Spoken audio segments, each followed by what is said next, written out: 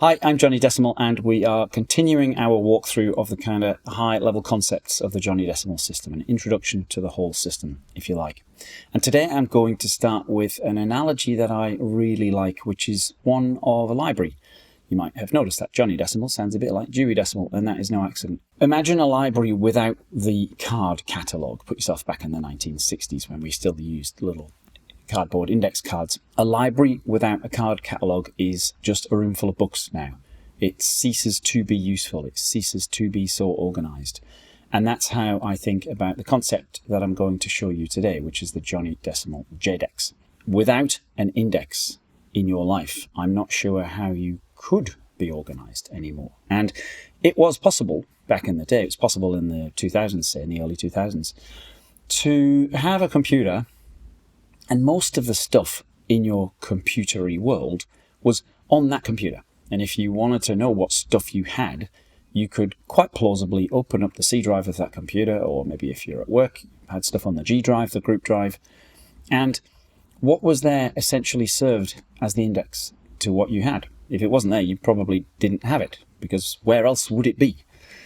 And that is not the case anymore. Since then, we've had services like Gmail, came around in 2004, was the early version of Gmail. So now you can have things very, very easily, especially as a consumer, in your email. And now more and more of us keep things in our email. In 2007, we had Dropbox and the iPhone. And so Dropbox was the first really good cloud service. So now I might not have files on this computer, they might be in the cloud. And then, of course, the iPhone expanded what we all do with computers generally and the web. Even the first MacBook Air was first released in 2008. And since before then, people didn't really have laptops so much. And now everybody has a laptop. And laptops are not as big as desktops, and data's got bigger. And so now there's a very good chance that you have a whole bunch of data that isn't on your laptop. I've got a whole bunch of data that isn't on this laptop that I'm recording on because it doesn't fit. And so it's on external hard drives, or it's on my server back in Australia, or whatever, right? You get the point. And so now that our stuff can be in all these different places, it's so much more important that we understand that we have a method to tell ourselves where it is. And that method is the index, which in Johnny.Decimal world we call your JDex. Because without this JDex, how could you possibly know where everything was? I don't know how it's possible. And it's very alluring, I suppose. It's very enticing to believe that your computer will just look after all of this for you, that somehow you can deal with all of this stuff on a computer and still understand where it all is. And I don't think that's possible. I think it's a little naive, really, to think that without doing some work, without putting in some effort of your own to tie your life together, I don't know how any reasonable person could expect to be organised. I just don't think it's possible. So what is this concept, this Johnny.Decimal index that we're talking about? It's very simple. It's just a bunch of note files in a notes app on your computer. You can use a database if you want, but most people don't need to because it's not that complex. And what we're doing is we are deciding how our stuff is organised. Without an index, your computer kind of decides how stuff is organised by having all this stuff everywhere. The JDex puts you back in control. And you now use it to tell you where your stuff is. So the example we've been using here, 1343, pension.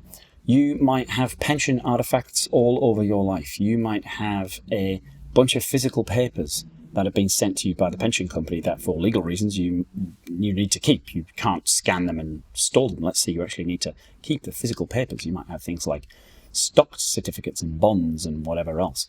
So that is stuff in the real world. Where's that? It's in a fireproof safe under the stairs. You might have a whole bunch of email correspondence. You are going to have PDFs and all sorts of stuff that you've saved.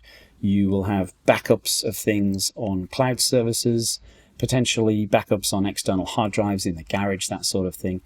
The point is you've got this stuff, to-dos and tasks and little projects that you're running. For example, last year I did a thing where I gave some voluntary contributions to the UK government, which was just a little project that I had to work out. I had to figure out how it all worked and figure out the amounts and transfer money from Australia to the UK. I tracked all of that in my task management system.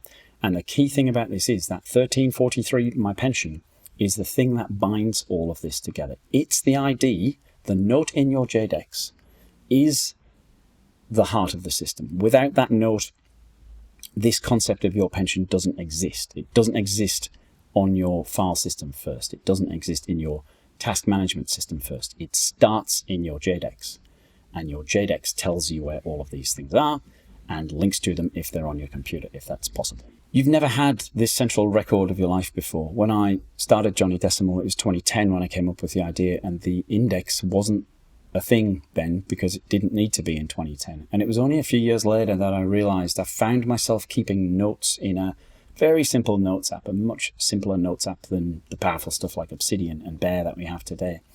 And then I realized that this thing had become the center, that it had taken control from my file system. And that was a very powerful realization. We've never had that before.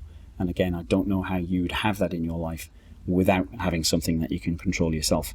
And it's so nice now to have this one record, as I'll show you in the next video, where I actually show you a real life example of this, where you can now record all of the things that happen, all of those, every time you call somebody and they give you a reference number, and you're like, I got a reference number now and I got to write this thing down, and how am I going to remember this reference number such that I can use it again in weeks when I want to call these people back?